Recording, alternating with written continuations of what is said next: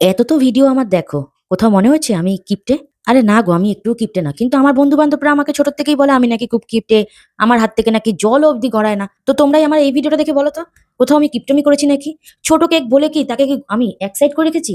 একদমই না। দেখো কতটা পরিমাণে চকলেট আমি আমার কেকের মধ্যে দিই। এই কেকটার দামটাও কিন্তু তোমাদেরকে গেস করতে হবে।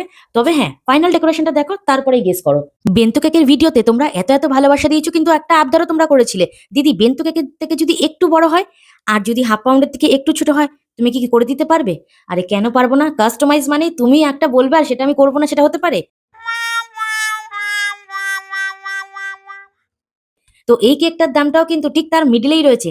বেন্টোর থেকে বড় আর হাফ পাউন্ডের থেকে ছোট। তোমরা পুরো ভিডিওটা দেখার পর তোমরাই কিন্তু গেস করবে কেকটার ওয়েট কত হয়েছে, কেকটার দামটা কত। তবে এই কেকটার মধ্যেও কিন্তু আমি 2 in 1 ফ্লেভার অ্যাড করেছি। ছোট বলে যে একটা ফ্লেভার দেবো তা না কিন্তু।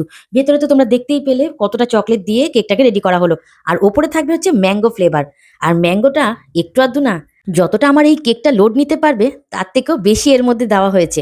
তবে তোমাদের কাছে বাপু একটা রিকোয়েস্ট, এই ছোট ছোট কেকগুলো কেউ বলো না আমাকে দূরে গিয়ে ডেলিভারি করতে। কারণ একটা ছোট কেক ডেলিভারি করার মানে তার মধ্যে আমার দুটো বড় বড় কেক হয়ে যায়। তো প্লিজ যারা দুর্গানগরে এসে কেকটা নিতে পারবে তারাই কিন্তু আমাকে ডিএম করো পার্সোনালি। এই কেকের ফাইনাল ডেকোরেশনটা দেখতে হলে অবশ্যই আমার পেজটাকে একটু ফলো দিয়ে রাখো।